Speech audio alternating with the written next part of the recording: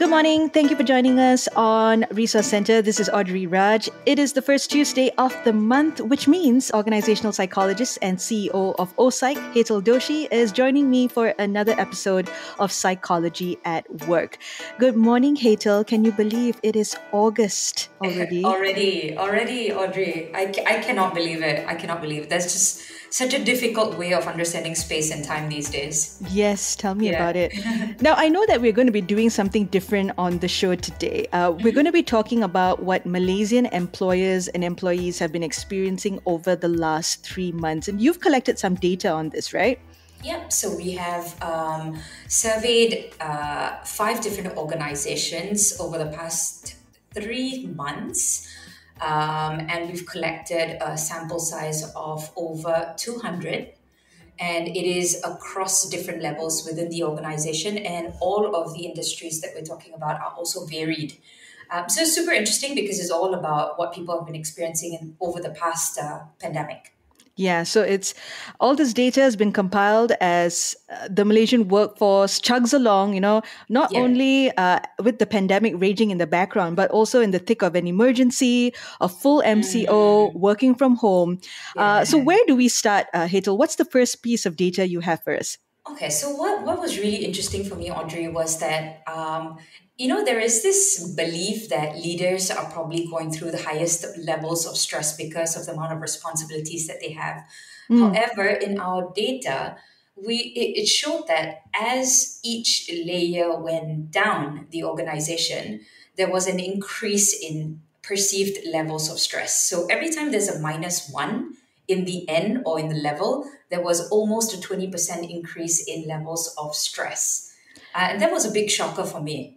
Right. So if Yeah. it can imagine a pyramid with Yes. the leaders on the top and, staff through various layers going down below, the highest level of stress would be at the lower rungs. Yes, absolutely. And the least level of stress would be, in general, in average, right at the top. But the thing is that, we've heard how leaders are really struggling at the moment, just managing the workforce and also managing their business. It's survivability, right? Yeah, yeah, it's crazy. So there was a study conducted by Sherman et al. In 2012, and it found that despite the fact that leaders face more demands as they experience or put themselves in more powerful positions, they also experience a heightened sense of control. So there is a model called the demand control support model. So even though the demands are very high, their level of control, which is also a psychological factor known to have stress buffering effects, exist. What it is that it says is that one of the items that we measured was I can get people to listen to what I say. And so having that ability to have more people to be able to listen to what they say and therefore they have more control in what they can do seems to be one of the most powerful buffers that they would be potentially having, apart from many other things like privilege gives us more resources, potentially help us in the house. Privilege gives us all kinds of other resources, such as I don't know, you've got all these extra allowances that can kind of help you out, and maybe extra money in the bank account. So it is the case of not only demand, but you got to look at it in terms of control and support as well. Super interesting, isn't it? And Yeah. so one thing that also came out in a study by this guy called Sapolsky in 2017, it shows that this is also true in the hierarchy of non-human primates, or in this case, baboons.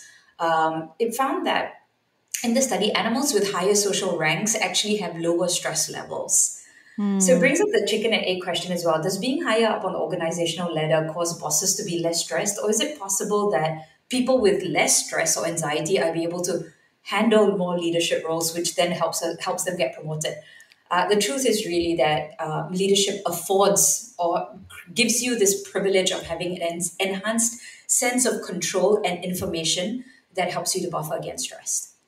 Okay, so Hetal, I have to ask you about the level of awareness on that leadership rung about the Yeah. kind of stress that's being experienced by the lower rungs. What Yeah. would you say the level of awareness is, and what can leaders do to kind of, have their finger on the pulse?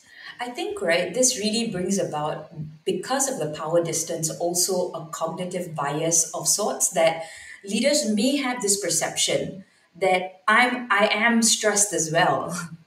And so when they hear other people complain, they'll be like, yes, I am stressed as well, but I get on with it and I try to do all kinds of things. However, they may forget that they also have very high levels of control, whereas at lower levels, their lives are not really in the highest level of control. It is up to their boss's hands. They may not even have enough information, and so therefore, not having information also leaves them in that perplexity of I don't know, and I don't know what's going to be happening next. So this cognitive bias, I think, prevents people across different layers from actually sitting down and really connecting with each other from a pain perspective, and from that pain working with possibilities rather than here's the pain A, I'm solving my problem, you also should solve your problem. So I think it really gives room and space for people to stay in that space of pain rather than going into straight away moving into solutions. And this is what we really see as happening in the organizations. Like, I'm going through pain, you're also going through pain, just get on with it. But actually, we need to take a pause here and just understand that pain requires a bit more space. From that space, without any bias, using that as a point of, okay, all right, everybody's going through this pain. How do we create possibilities going forward? That's not really happening in the organization.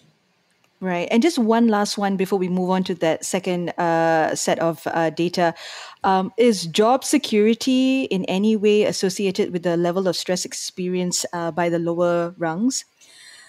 Interestingly, job security hasn't popped up as a core issue. However, in our qualitative data, what has come up is this idea of being questioned all the time, that really creates high levels of insecurity.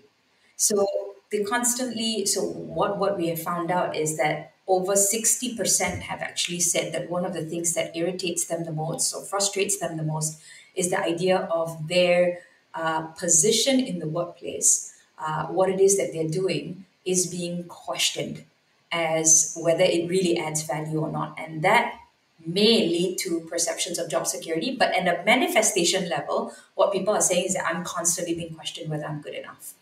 Ooh, okay. All right. Maybe we can move on to our next piece of data.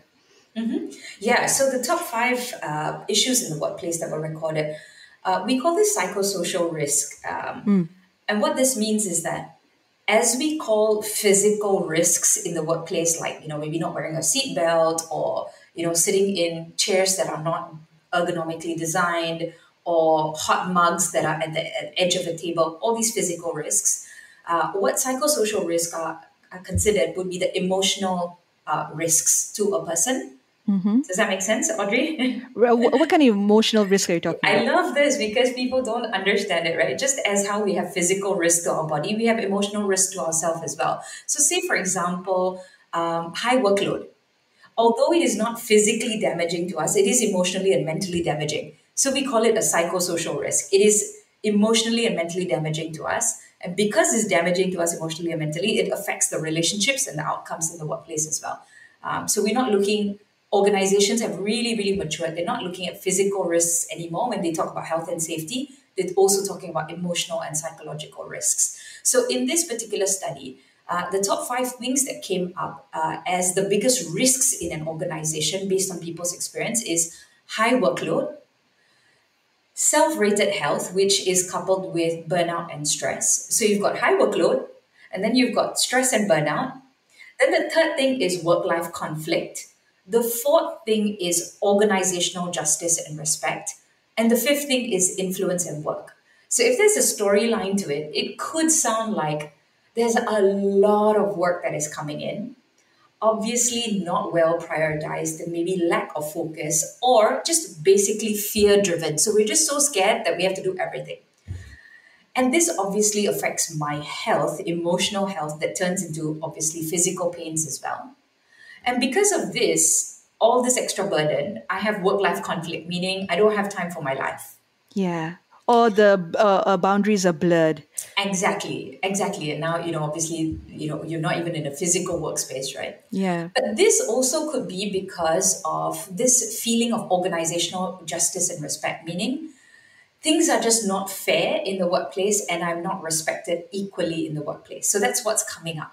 So even if I want to say anything, I just don't feel that things are going to be handled in a fair manner. And Hmm. lastly, as I mentioned, influence at work. So people don't feel that they can influence anything.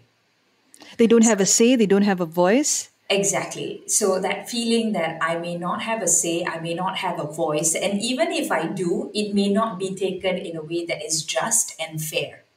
So it does come back down to the level of control that you have as well, right? Aren't you a psychologist as well now, Audrey? I'm learning from you, Hetal.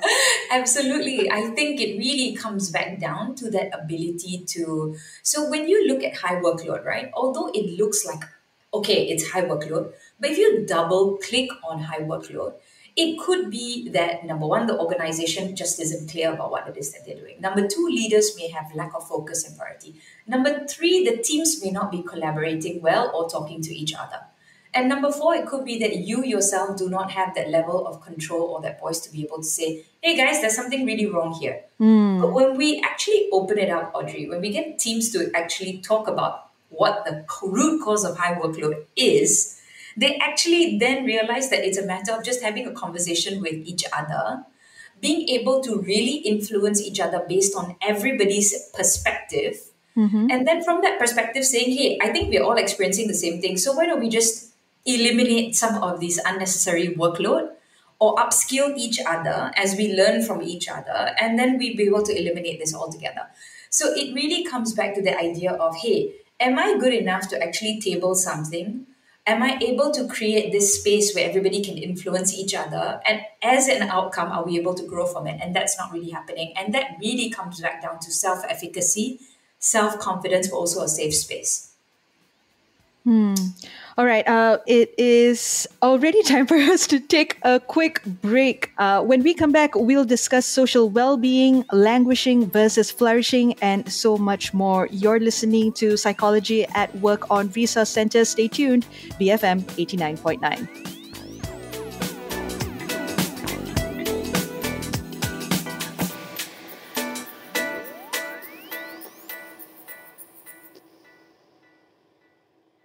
Business, finance, and more. BFM 89.9. Welcome back. You're listening to Resource Center. My name is Audrey Raj, organizational psychologist and CEO of OSIC. Hetal Doshi is online with me right now. It's episode 5 of our Psychology at Work series. And on this episode, we're discussing workplace experiences over the course of this pandemic. Now, Hetal, you've been sharing with us data that you've collected over the past 3 months from Malaysian employers and employees. And where did we leave things, Hetal? Where do you want to come back to that second piece of data where we were talking about high workload and stress and burnout? Or do we move Yeah, on? I think it is really valuable just considering what we've been seeing on social media, right? There's like so many cases of organizations coming up in the news for experiences that they've had with regards to organizational injustice. For example, an Hmm. airlines company that has just come up and people felt that it was a very unfair experience for Right. them. Right. Yes, I'm Okay, I sure know the you one you're know. talking about. Yes. Yes, absolutely. And so for me, this comes back down to organizational justice and respect and also influence at work. So the person experiencing it probably felt that they couldn't influence it directly within the workplace and so took it out on social media, right? And we call this the whispers becoming screams. So this may have had, may have been experienced many different times. And so they feel that within the organization itself, maybe if I voice things out, nothing will work. So let me take it out on social media.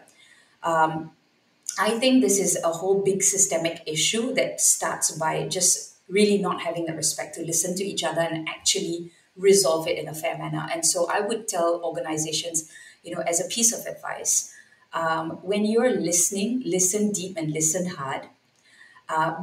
Also, make sure that the solutions that you come up with are primary solutions, meaning they address it head on rather than trying to come up with placated versions of it. So, say for example, if people are not happy, you organize a well-being talk. That doesn't make sense at all. If people are not happy about their experiences in the workplace, make it a collective way of talking about the pain. From that pain, really getting the community to address it from within. And if you don't, I think one of the things that we've realized with whistleblowing cases are on the rise within organizations. And people putting things up on social media are also on the rise. Do I agree that it should be on social media? Absolutely not. But I think systemic issues that arise to these kind of, more and more of these kind of experiences as well. So please do listen and please do address these pain points, from a primary intervention, not like maybe we should do a wellness talk. Is the disconnect due to the fact that we're all, somewhat working remotely, working from home? Is the disconnect growing because of that? Yeah. Do you think? Yeah. Is that a factor? I think it's compounding, right? So the whispers are becoming screams because of the compounding effects of stress as well. So it's getting more and more stressful. We feel probably that there's less and less control. And so then we feel a little bit helpless and we just take on whatever is the most convenient pathway to get our voices heard as well. So is it because of the pandemic? I think it's definitely because of compounding experiences of stress that are building up. All right. So what's the next piece of data that you have for us, Hetal? Yeah, so this is definitely one of the most interesting things that I've found when it comes to the concept of well-being, or also what people are using as a concept called flourishing. So in terms of our well-being scores, when we looked at psychological well-being, which is like, how do you use your mind to be able to cope with situations? Emotional well-being would be, how do you choose more positive emotions rather than negative emotions to kind of look into, how you can create resolution in experiences. And then you've got social well-being, which is how do you use social resources around you to feel happy and to stay happy or to stay in a good space. Across all of the organizations that we collected data from, the lowest scores were for social well-being. And I love that you're like, That's really interesting. wasn't expecting that. Yeah, because I would think maybe emotional well-being would be the hardest hit, Absolutely. And because Malaysia is very, high on collectivism as a culture, right? Like we are very we kind of a culture. And people, rely on people as a way, to stay, to stay as, like this happy community kind of a thing, right? That's a very Malaysian thing to be doing. What this really tells me here is that I think, so this is my hypothesis. During this pandemic, obviously, it could be one of the reasons why social well-being scores are low. But my hypothesis is that society is looked at as such a big thing these days, meaning the pandemic is part of the society. Then you've got social media. So everything is really, really huge. Whereas social well-being, I think, should be contained towards your own social circle rather than opening it up to the whole world, opening it up to social media. And the moment you open up your social networks to such a huge space, you then obviously decrease control all over again as well. So what I really mean by this is that, the pandemic is going on. And yes, things on social media are blowing up. They're always going to be blowing up, by the way. And if it's not the pandemic, it'll be something else as well, by the way. I think what this really means for me is that when we had conversations with people about this, one of the best ideas that really came up is to reduce your social circles all the way back down to who it is that you really enjoy being with, and keep it to that and minimize all other voices from the larger society per se, and begin to add lots of goodness in these small little circles that you have created for yourself. So some of the small little things could be, write a note to the people that you love, send food to the people that you love, put a smile on their face. When I tried this out, because my social well-being scores were very low, and I was very, very shocked by it because I'm a very social person. I love people. But what I realized was that I didn't realize to tighten up my social circle all over again. I started giving them food. Today, Audrey, I don't have to make lunch at all because of what I've given, I get back as well. And my social well-being scores have shot up. So I would say tighten control all over it. And go back down to the top 5 people that really inspire you, influence you, give and get back energy from that social circle. Can you and very easily you can go up. Yep. Sorry. Can you actually do that in a workplace setting though? Tighten your social circle. Yes, you can, and yes, you should. Research actually suggests that people have very high levels of job satisfaction in organizations where they have found best friends, right? So it's not about how well work is going, because again, demand control and support. So if I have a lot of support, then the demands are not a big problem. But what we have found is that in this pandemic, there could be people who have just joined the organization as newcomers. There could be people who have moved different positions. And in one particular organization that we work with, majority of them had no idea who they were anyway, because it's a predominantly remote offline kind of working company. Right, And so right. this is really like, hey guys, pick up the phone. That is a very old historic thing that has helped our forefathers when they didn't have Google, and they could transcend countries as boundaries and have very flourishing business. I would just say definitely, please stop texting, right? Please stop using the chat function of Microsoft Teams. Please unmute. Please call. Please talk like the old days, because that actually really creates a happy hormone called oxytocin. And if you don't have these happy hormones from other people, or these love hormones, you cannot have your adrenaline hormones or cortisol hormones, which is all the difficult, stressful hormones. You cannot have that balanced out. So this is not a small thing. This is actually a huge thing. Please pick up the phone, have lovely conversations with people, and do nice things for each other as well. Yeah. Yeah. Okay. Now, I want to talk about the buzzwords that we've heard this year: languishing and flourishing. I know you have some data to share on that, right? Yeah, so what is really really interesting over here is that these buzzwords have come out obviously like big time, right?